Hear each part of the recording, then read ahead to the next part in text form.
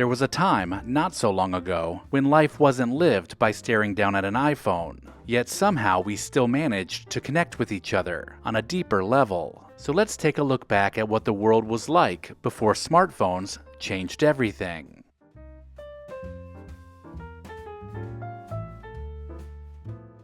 If you wanted to let people know about a lost pet, a community play, or a local yard sale, you made a flyer. You'd draw them up yourself, and then have copies made, so that you could pin them to the bulletin boards at the grocery store, the library, or the laundromat. These boards were buzzing with color and life, each thumbtack holding up a different announcement. It was basically our analog version of scrolling, only it was more textured and tactile.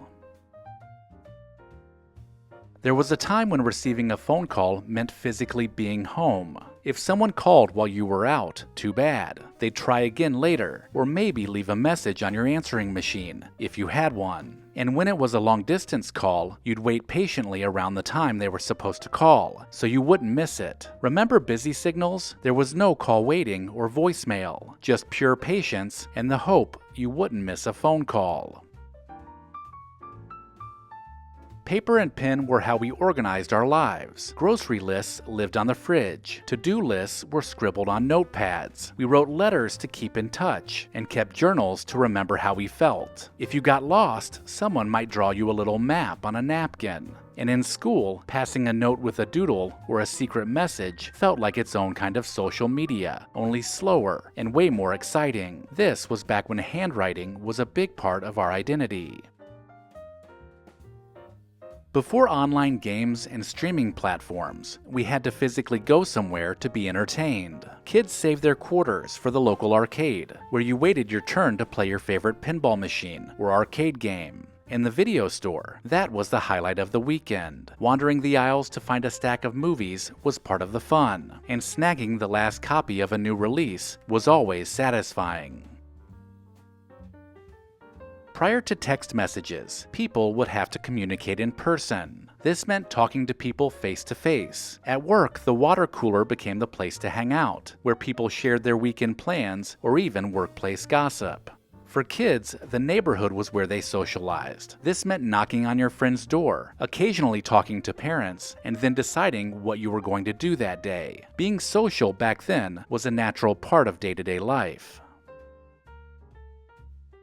Back before screen time, families often had game night. Card games, board games, dice games, anything that could be spread out on a table and bring people together. We argued over Monopoly rules, tried to stump each other in Trivial Pursuit, and we played our fair share of dominoes. The games back then were a backdrop to family bonding, providing good conversations and moments that are unrivaled by the isolating games of today. Do you remember moving houses when you were a kid? If you do, then you will also remember that you had to get a new phone number for the new place. Then you had to memorize the new phone number and share it with everyone you knew. People would cross it out in their little black address book and write the new one in if they had any hopes of calling you ever again. So you can easily see why keeping an address book, a phone book, and a handwritten phone list was so important to families.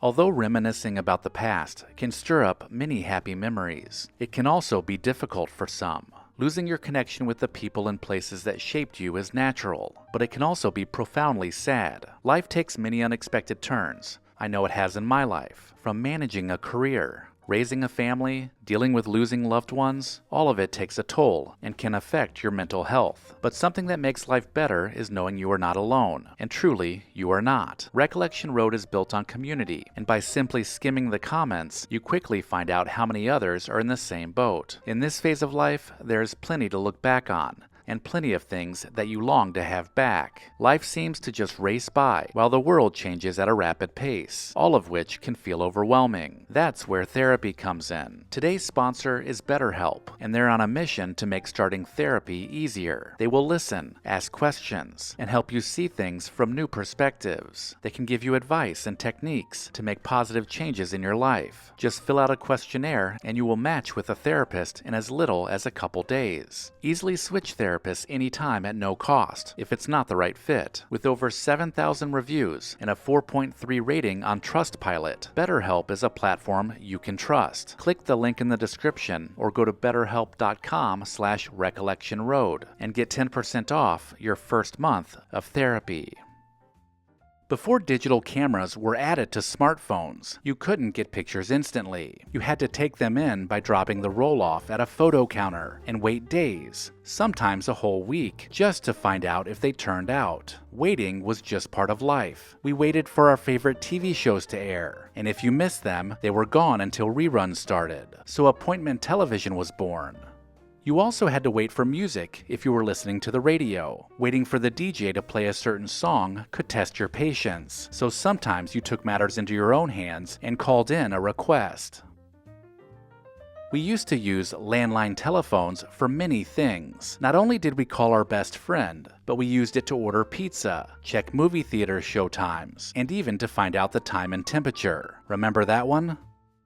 Telephones were also entertaining, as some kids liked to prank call strangers just for laughs. All of this was accomplished while being tethered to the wall by the stretchy phone cord that would get you tangled up. Money moved slowly too. Paychecks were on paper, and you would need to go to the bank to deposit it. You stood in line, filled out a deposit slip, and talked to a real person behind the counter. Paying bills also meant you had to write checks, balance your checkbook, and mail in payments. There was definitely no way to pay bills instantly. Everything seemed to require a pen and a signature.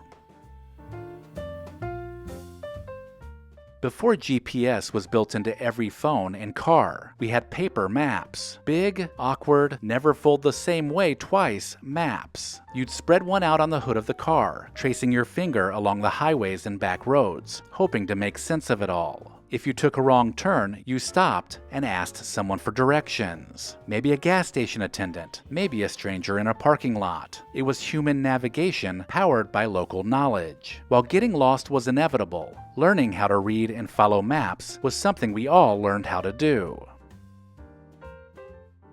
Prior to online shopping, we would flip through thick store catalogs, then fill out a form, mail in a payment, and wait weeks for it to come.